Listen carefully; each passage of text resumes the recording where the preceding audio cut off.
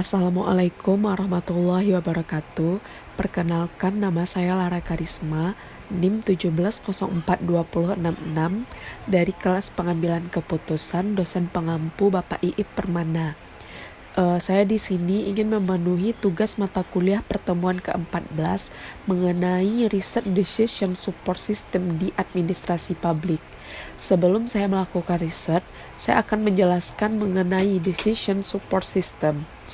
Decision Support System dapat dikatakan sebagai sistem pendukung keputusan yang merupakan bagian dari sistem informasi berbasis komputer yang digunakan untuk mendukung bisnis atau kegiatan pengambilan keputusan dalam suatu organisasi atau perusahaan.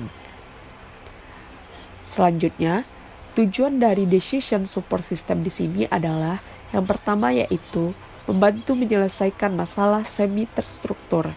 Yang kedua, mendukung manajer dalam mengambil keputusan suatu masalah.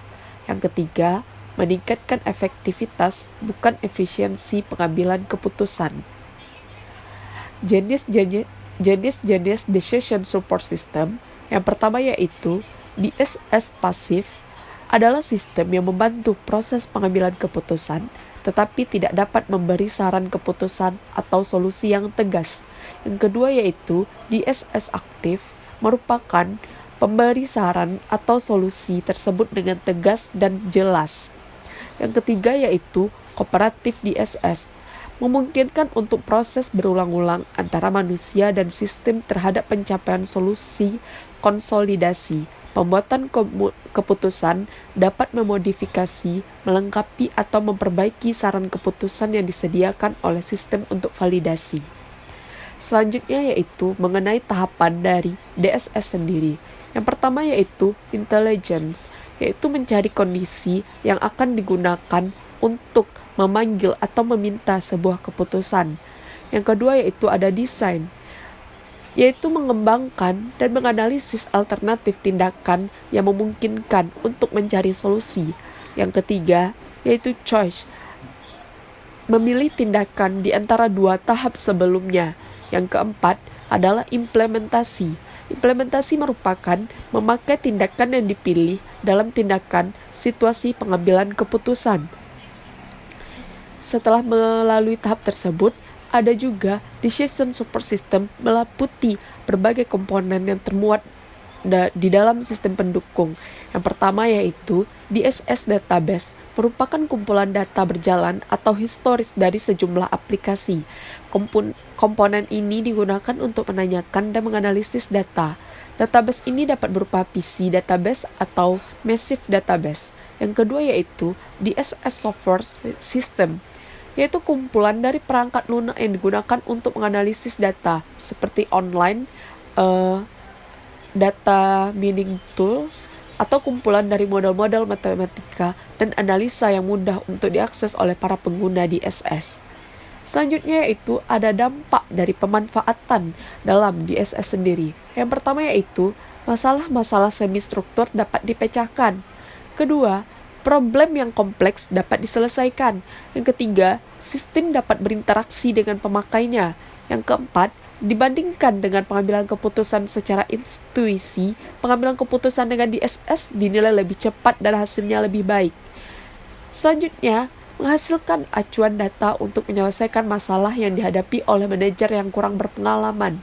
Yang keenam, untuk masalah yang berulang, DSS dapat memberi keputusan yang lebih efektif. Selanjutnya, fasilitas untuk mengambil data dapat memberi kesempatan bagi beberapa manajer untuk berkomunikasi dengan lebih baik.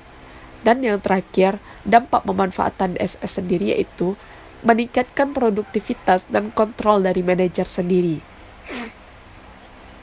Adapun contoh dari DSS dalam administrasi publik sendiri yaitu yang pertama, contohnya adalah laporan gaji bulanan pegawai yang disiapkan dari file gaji. Dukungan yang lebih lagi diberikan oleh sistem yang menyiapkan laporan total, penyerapan anggaran biaya pegawai, dan tunjangan-tunjangan yang diterimanya. Dapat diolah dari berbagai sistem pengajian. Ini merupakan suatu penerapan dari DSS sendiri, meliputi DSS Database, komponen pendukung dari DSS sendiri.